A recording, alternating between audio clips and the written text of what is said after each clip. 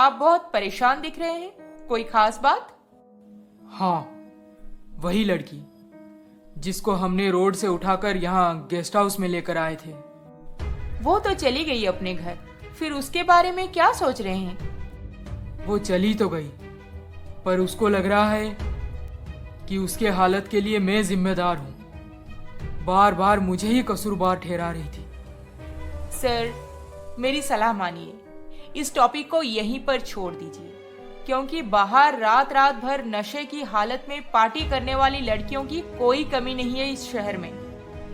अब आप किसी की मदद किए हैं तो जरूरी नहीं कि उसको जाकर हर बात की सफाई दें। और तो और आप भूलिए मत कि आप कौन हैं, और उसके घर वाले तो क्या, पुलिस भी आपका नाम तक नहीं लेगी। So don't worry. पर सच तो कुछ अलग है, कैसे समझाऊं मैं उसे? सच को दबे रहने दीजिए सर, क्योंकि लड़की का होश यहीं पर गेस्ट हाउस में ही आया है, और होश आते ही वो आपको सामने पाती है। इसीलिए आप चाहे उसे जो भी सफाई दीजिए, वो सिर्फ आपके सर पे सारा इल्जाम डाल देगी। खामोखा मीडिया में बदनामी होगी, कंपनी के शेयर प्राइस गिरेंगे, हमारा बहुत लॉस हो सकता है। इसीलिए सच क्या है हम दोनों कभी किसी को नहीं बोलेंगे। Is that clear? सैंड्रा, शायद तुम सही बोल रही हो।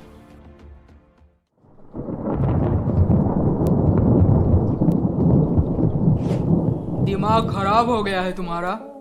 क्या कहना चाहती हो? बिजनेसमैन यशवर्धन ठाकुर तुम्हारा रेप किए हैं। जी हाँ, मैं झूठ नहीं बोल रही। आप जाकर उन्हें अभी अरेस्ट कीजिए।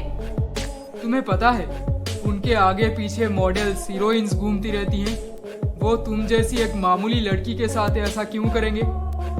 अच्छा, तुम पूरी यकीन के साथ ये कह सकती हो कि उन्होंने ही ऐसा किया है? मैं बेहोश थी, मुझे कुछ पता नहीं कि ऐसा कब हुआ, पर जब होश में आई मुझे सब समझ आ गया कि उन्होंने अपने गेस्ट हाउस में मेरे साथ ऐसा घटिया काम किया है। वाह, तुम उन्हें ऐसा करते हुए अपने आंखों से देखी नहीं, पर यकीन है कि ही इज द कल्प्रिट।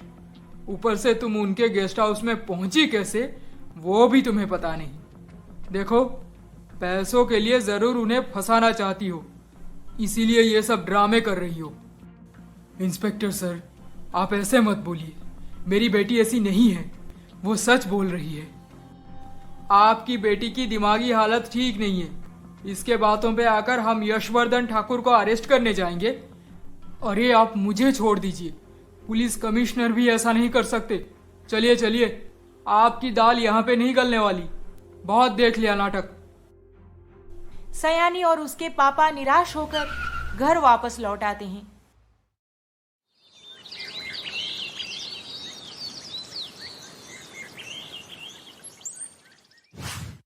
देखो याशिका, तुम इस ठाकुर खानदान की एकलौती बहू बनने जा रही हो, इसीलिए मैं खुद तुम्हें हमारे घर के तौर तरीके सिखाऊंगी। वैसे तो तुम लंदन से पढ़ के आई हो, तुम्हें कोई तकलीफ नहीं होगी समझने में। यस मॉम, मुझे थोड़ा बहुत पता है, और कभी कुछ जरूरत पड़ेगी तो मैं आपसे पूछ लूंगी। वैसे यश कहाँ है? मुझे उनसे बात करनी है। याशिका, यश तो हमेशा काम में फंसा हुआ रहता है। देखो ना, कल तुम दोनों की एंगेजमेंट होने वाली है और वो अभी तक काम में बिजी है। उसने तो अभी तक सूट भी ट्राई नहीं किया। डोंट वरी मॉम, मैं शादी के बाद यश को पूरी तरह से फैमिली मैन बना दूंगी। फिर देखना आप, वो ऑफिस से ज्यादा वक्त घर पे देंगे। इतना आसान नहीं है याशिका, फिर भी ट्राई करके देख लेना।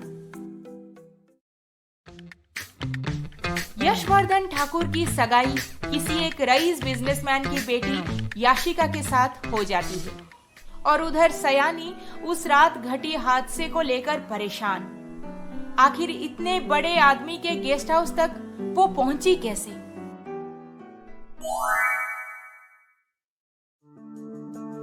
इसके आगे क्या होने वाला है, ये जानने के लिए हमारा अगला एपिसोड देखना ना भूलें। और अभी तक आपने हमारे चैनल को सब्सक्राइब नहीं किया है तो जल्दी से सब्सक्राइब करके बेल आइकॉन दबा दीजिए। अरे अरे अरे अरे, इस वीडियो को लाइक शेयर कमेंट करना ना भूलें। जल्द ही मिलेंगे अगले एपिसोड के साथ।